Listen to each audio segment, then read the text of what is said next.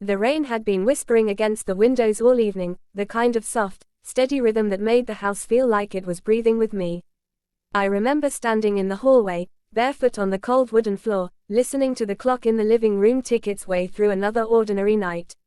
The house smelled faintly of coffee and old books, a comforting, familiar mix that usually wrapped around me like a blanket. Usually, that night, something felt off. I told myself it was just nerves. Or maybe the way the lights flickered once when the wind picked up outside. Still, my chest felt tight, like I'd walked into a room where a conversation had just stopped. His room was down the hall, the door half closed. That alone was strange. He never closed it, not really. He liked the house to feel open, connected, like we were always just a few steps away from each other. The thin line of warm light spilling into the hallway pulled at my attention, bright and quiet at the same time. I paused. Why am I hesitating? I asked myself. It was my house too. My routine. My normal. But the air felt heavier with every step I took. I could hear something behind the door. Not words. Not music. Just a soft sound, like a breath caught in a throat or a movement that didn't want to be noticed. My hand hovered over the doorframe, fingers brushing the chipped paint. A memory flickered through my mind, him laughing in the kitchen that morning, the way his eyes lingered on me just a second too long when he thought I wasn't looking. I'd noticed things like that before. I just never let myself think about them. The hallway seemed to stretch, the shadows on the walls bending and shifting as if they were leaning in to watch. My heart beat louder than the rain now, each thud echoing in my ears. I felt a strange mix of curiosity and guilt, like I was about to cross a line I wouldn't be able to step back over. What am I hoping to find? I wondered. Or what am I afraid I already know? The light under the door pulsed softly, as if it were alive. I swallowed, my throat dry, and took a slow breath that didn't steady me at all. Somewhere deep inside, a voice whispered that this moment, this simple, ordinary step, was about to change something between us forever. My fingers curled around the edge of the door. And before I could talk myself out of it, I pushed it open, stepping into a moment I wasn't sure I was ready to understand. The next morning arrived quietly, almost apologetically, as if the night before had been a dream it didn't want to acknowledge. Sunlight filtered through the thin curtains in the kitchen, turning the dust in the air into floating sparks. I stood at the sink, rinsing a mug I didn't remember using, watching the sky outside shift from pale gray to soft blue. He was supposed to be there. Every morning, without fail, he'd be leaning against the counter, scrolling on his phone or humming some half-remembered tune. We had a rhythm, a routine that felt older than it really was, coffee first, words later. But the kitchen was empty. The chair he always pulled out sat untouched, angled just slightly away from the table like someone had started to sit down and then thought better of it. I felt the tightness in my chest again. Maybe he just went out early, I told myself. Maybe I was reading too much into nothing. Still, I poured 2 cups of coffee out of habit and let one go cold. The house seemed to notice his absence before I did. The floorboards creaked differently, like they were adjusting to a missing weight. The walls felt too wide, the rooms too quiet. Even the rain from the night before had stopped, leaving behind that damp, metallic smell in the air that clung to everything. I found him later in the living room, sitting on the edge of the couch, elbows on his knees, staring at the blank television screen. "You're up early," I said, trying to sound normal. He flinched, just a little. "Didn't sleep much," he replied, eyes finally lifting to meet mine. There was something in him I couldn't place. Not quite guilt, not quite relief, something in between, like he was balancing on a thin line and didn't know which side to fall on. I sat down across from him, the space between us wider than it had ever felt. My knee bounced without me noticing. The silence stretched, heavy and awkward, until I filled it with the first thing that came to mind. "Coffee's on the counter," I said. He nodded but didn't move. That's when I started noticing the small things. The way his hand kept brushing against his pocket, like he was checking for something that wasn't there. The faint red mark on his wrist, half hidden by the sleeve of his shirt. The way he avoided looking at me for too long, like my eyes were a question he didn't want to answer. "Everything okay?" I asked, softer this time. He opened his mouth, then closed it again. A smile tugged at the corner of his lips, but it didn't reach his eyes. "Yeah," he said. "Just tired." I wanted to believe him. God, I really did. The day drifted by in slow, uneasy pieces. I tried to lose myself in the usual things, laundry, emails, the low hum of a fan in the hallway, but my thoughts kept circling back to him. To the door I'd almost opened the night before. To the way the light had spilled into the hallway like a secret I wasn't meant to see. Every sound in the house made my heart jump. A door closing, a phone vibrating, even the wind rattling the windows felt like a message I couldn't quite decode. By late afternoon, he disappeared into his room again. The door clicked shut behind him, soft but deliberate. I stood in the hallway, staring at the same spot I had the night before, my reflection faint in the glass of a framed photo on the wall.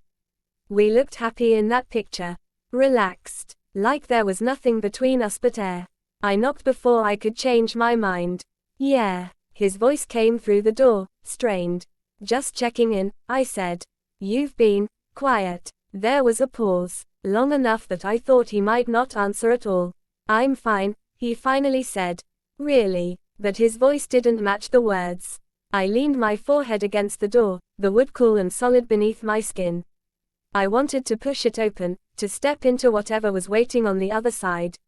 Instead, I stepped back, my hands curling into fists at my sides. "What are you so afraid of?" I asked myself. Or maybe the better question was, what are you hoping for? That night, we ate dinner in near silence. The clink of forks against plates sounded louder than it should have. Our eyes met once, briefly, and something unspoken passed between us, an acknowledgement of the tension, the questions, the thing we were both pretending wasn't there. Afterward, he went outside to sit on the porch. I watched him through the window, the porch light casting a soft halo around his head. He looked smaller out there, alone in the dark, like a version of himself I hadn't seen before. I joined him a few minutes later, the cool night air wrapping around us. "Do you ever feel like," I began, then stopped. The words felt too big, too dangerous to say out loud. He glanced at me. "Like what?" "Like things are changing," I finished. "Even when you don't want 'em to." He let out a breath that sounded almost like a laugh. "Almost. Yeah," he said. "All the time." We sat there, side by side, not quite touching. The space between our arms felt charged, like a wire humming with electricity. I could feel the warmth of him, smell the faint trace of soap and something else I couldn't name. I wondered if he felt it too. Later, in my room, I lay awake staring at the ceiling, the shadows shifting with every passing car outside. My mind replayed every look, every pause, every moment of the day, searching for answers in the spaces between words. I thought about the red mark on his wrist. I thought about the way he'd flinched when I spoke. I thought about the door I hadn't opened. A soft sound drifted through the house, footsteps, maybe, or the floor settling. I held my breath, listening. The sound stopped, leaving behind a silence that felt deliberate. I swung my legs out of bed, my heart pounding. The hallway was dark, lit only by the faint glow of a nightlight near the stairs. His door was closed again, the line of light from underneath gone. I stood there, my hand hovering in the air, caught between curiosity and fear. "This is your chance," a voice inside me whispered. Another voice answered, "What if you don't like what you find?" I lowered my hand, stepping back into the shadows. Whatever was happening between us, whatever secret was building in the quiet corners of the house, I could feel it pulling us towards something neither of us was ready to face. And as I turned away, heading back to my room, I couldn't shake the feeling that the next time I stood in this hallway, I wouldn't walk away. The night it finally broke open, it didn't arrive with thunder or shouting. It came quietly, the way the most dangerous things always do. I was in the kitchen, rinsing a plate that didn't need to be rinsed, my mind drifting in circles. The house was still, wrapped in that late-night hush where even the walls seemed to listen. The only sound was the steady drip of the faucet and the low hum of the refrigerator. Then I heard it, a voice, not loud, not clear, just enough to pull me out of my thoughts like a hand on my shoulder. It came from down the hallway, from his room. My heart stuttered. He hadn't said he was expecting anyone. I turned off the water, the sudden silence ringing in my ears. The plate slipped from my hands and clinked against the sink, not breaking, but loud enough that I froze, listening for any reaction. Nothing. I wiped my hands on a towel, my palms already damp with nerves, and stepped into the hallway. The light from the kitchen stretched behind me, my shadow long and thin on the walls, like I was being followed by another version of myself. The closer I got, the clearer the sound became. Laughter. Soft, familiar and not. I stopped a few feet from his door. It was cracked open, just a sliver, like it was inviting me in and daring me at the same time. Warm light spilled into the hallway, cutting through the darkness. I could see movement inside, the blur of two figures shifting. My chest tightened, a sharp, sudden pain that caught me off guard. I told myself it was none of my business. That I should turn around. That everyone was allowed their own secrets. But my feet didn't listen. I pushed the door open. The room went still. He was sitting on the edge of the bed, his back to me, shoulders tense. And standing in front of him was someone I recognized instantly. A friend. Someone who'd been in our house more times than I could count. Someone who knew our routines, our jokes, our silences. Their faces were close. Too close. The air felt thick, like I'd walked into a moment that didn't belong to me. I started, then stopped. My voice sounded foreign in my own ears. They both turned. His eyes met mine, wide and searching. For a split second, I saw everything in them: fear, relief, something that looked dangerously like hope. The other guy stepped back, running a hand through his hair. "I didn't know you were here," he said, the words tumbling out too fast. "I live here," I replied, sharper than I meant to. Silence fell between us, heavy and uncomfortable. I could hear my own heartbeat, loud and insistent, like it was trying to push me forward or pull me back.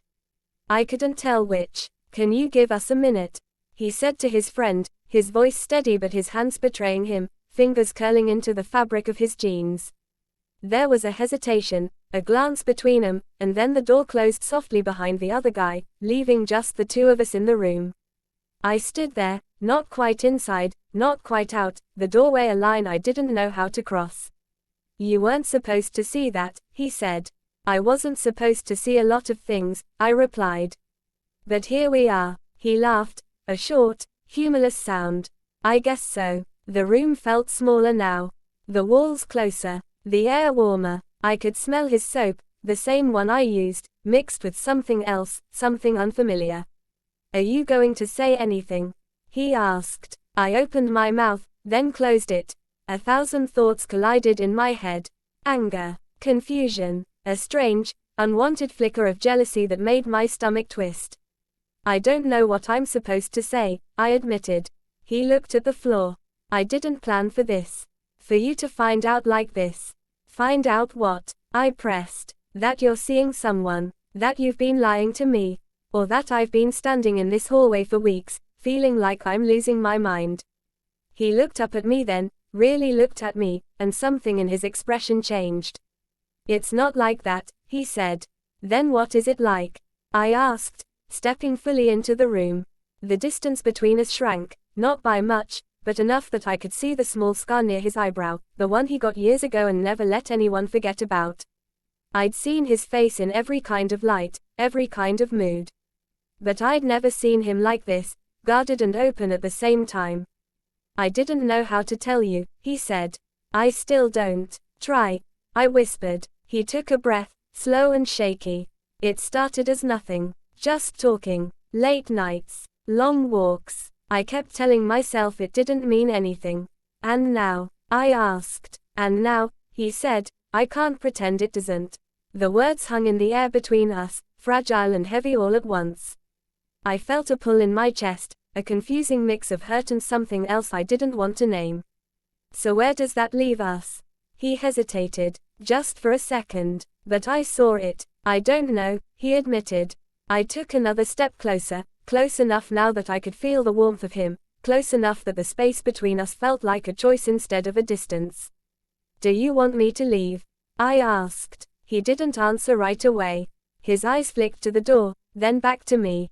"No," he said softly. "I don't." My breath caught. The room seemed to tilt, the floor shifting beneath my feet. Every instinct told me to step back, to put space between us, to keep things safe and simple. Instead, I stayed. We stood there, inches apart, the air between us charged with everything we weren't saying. I could feel the question in his gaze, mirrored in my own. "This is the moment," a voice inside me said. Another voice warned, "This is the mistake." I didn't know which one to listen to. "Tell me what you want," I said. He swallowed. I want this to make sense. I want to stop lying. To you. To myself. And what about him? I asked, even as my heart thudded painfully in my chest. He looked away. I don't know. The honesty in that answer hurt more than any lie. I took a step back, the space between us returning, cold and sharp. The room felt different now, like it had been rearranged by the things we'd just said. "I need some air," I murmured. I turned and walked out before he could stop me, before he could say something that would make it impossible to leave. In the hallway, I leaned against the wall, my breath coming fast and uneven. I could hear him behind the door, moving, maybe reaching for the handle, maybe not. I didn't turn around. I didn't go back. I stood there, caught between what I'd just discovered and what I wasn't ready to face, knowing that whatever happened next would change everything. And somewhere behind the closed door, I could feel him on the other side of the same line, just as unsure, just as unwilling to step away. The house felt different after that. Not louder, not quieter, just altered, like someone had moved a piece of furniture in a room you'd known your whole life, and now you kept bumping into the empty space where it used to be. I didn't see him the rest of that night. I lay in bed, staring at the ceiling, tracing the faint cracks in the paint like they were constellations. Every sound made me flinch. The soft groan of the pipes, the whisper of the wind against the window, the distant hum of a car passing outside. I wondered if he was lying awake too, if he was replaying the same words in his head, if the same questions were circling him the way they were circling me. What have we done? What haven't we said? Morning came in slow, pale slices of light. The sun crept through the curtains, turning the room from shadow to gold. For a moment, I forgot. For a moment, everything felt normal again. Then I heard his door open. The sound was small, ordinary. It shouldn't have meant anything. But it did. I sat up, my heart already racing, listening to his footsteps in the hallway. He paused outside my door. I could tell. I held my breath, counting the seconds, waiting for a knock that didn't come. The footsteps moved on. In the kitchen, we circled each other like strangers. He stood at the counter, stirring his coffee even after the sugar had dissolved. I leaned against the fridge, pretending to scroll through my phone. The air between us was thick with everything we weren't saying. "Did you sleep?" he asked finally. "Not really," I admitted. He nodded. "Me neither." Our eyes met for a split second, and then both of us looked away. The silence that followed felt heavier than any argument could have been. He left for work early. The house swallowed the quiet he left behind. I tried to keep busy. I cleaned rooms that were already clean. I reorganized shelves that didn't need reorganizing. My hands moved on their own while my mind stayed stuck in that bedroom, in that moment where everything had shifted and nothing had settled. By the time he came back, the sky was already dark. He stood in the doorway, his silhouette framed by the porch light. For a second, he didn't step inside, like he was unsure if he was welcome in his own home. "You don't have to," I started. "I know," he said. "But I want to." We stood there, the threshold between us feeling symbolic in a way I didn't have the energy to unpack. He finally stepped in, closing the door softly behind him. Dinner was a quiet affair. The clink of utensils, the low murmur of the television in the other room, the sound of our own breathing. Every small noise felt amplified, like the house was paying attention. At one point, his hand brushed against mine as we reached for the same glass. It was an accident. It didn't feel like one. We both froze. His fingers lingered for half a second longer than they should have, and in that tiny space of time, my chest tightened, my breath caught, and the world narrowed down to the warmth of his skin against mine. He pulled back first. "Sorry," he said quickly. "It's fine," I replied, even though it wasn't. "Not really." Later, we ended up on opposite ends of the couch, the space between us wide and deliberate. The TV played something neither of us was watching. Our reflections stared back at us from the dark screen, two shapes in the same room, separated by more than just distance. "I don't want to hurt you," he said suddenly. The words hit harder than I expected. "I know," I replied. "But I already have," he said. I didn't argue. The clock on the wall ticked loudly, counting off the seconds of our shared silence. I could feel something building again, that familiar pull, that dangerous gravity drawing us closer even as we tried to stay apart. "I don't know what this is," he continued. "Or what it's supposed to be." "Neither do I said. "But pretending it's nothing isn't working." He nodded slowly. "No, it's not." We sat there, the space between us shrinking, not physically, but emotionally, like an invisible thread was being pulled tighter and tighter. Finally, he stood up. "I should go to bed." "Yeah," I said. "Me too." We walked down the hallway together, our footsteps out of sync. At his door, he stopped. I stopped too. For a moment, neither of us spoke. The house held its breath. His hand lifted, hesitated in the air between us, then dropped back to his side. "Good night," he said. "Good night," I replied. I went into my room and closed the door, leaning against it, my heart pounding in my chest. On the other side of the wall, I could hear him moving, the faint creak of his bed as he sat down. We were so close, and somehow, further apart than ever. I slid down to the floor, my back against the door, my thoughts a tangled mess of hope and fear. The moment we'd been circling, the one that could change everything, still hung in the air between us, unresolved. Waiting. The days that followed felt like walking through a fog I couldn't quite escape. Everything looked the same on the surface, the same creak of the stairs, the same hum of the fridge, the same sunlight spilling across the kitchen table in the mornings, but underneath it all, something had shifted. The air between us carried a weight now, a presence that followed us from room to room like a shadow. We spoke less, not because we had nothing to say, but because everything we could say felt too dangerous. He'd catch my eye across the room, and for a second, I'd see that same question in his expression. Then one of us would look away. We became experts at almost touching, almost talking, almost crossing the line we both pretended wasn't there. One evening, I found one of his shirts draped over the back of a chair. I picked it up without thinking, the fabric warm from the room, carrying his faint, familiar scent. The simple act of holding it made my chest ache in a way I didn't know how to explain. I folded it carefully, like it was something fragile, and set it back where I'd found it. When he came in and saw it there, neatly folded, our eyes met. "Thanks," he said. "You're welcome," I replied. The words felt too small for everything they stood in for. We started moving around each other with a kind of careful politeness, like strangers sharing the same space. But every now and then, something would break through, a laugh that lingered too long, a look that said too much, a silence that felt like it was waiting for one of us to be brave. One night, the power went out. The house plunged into darkness, and for a moment, neither of us moved. Then I heard him in the hallway, his footsteps slow and uncertain. "Did you find the flashlight?" he called. "It's in the drawer by the sink," I said. He came into the kitchen, stopping just a few feet away from me. The only light came from the moon through the window, painting his face in soft, silver lines. We stood there, close enough to feel each other's presence, close enough that the space between us felt like a choice instead of an accident. "Funny," he murmured, "how quiet everything gets." "Yeah," I replied. "It's like the house is listening." For a moment, I thought he might reach for me. My breath caught, my heart thudding in my ears, every nerve in my body on edge.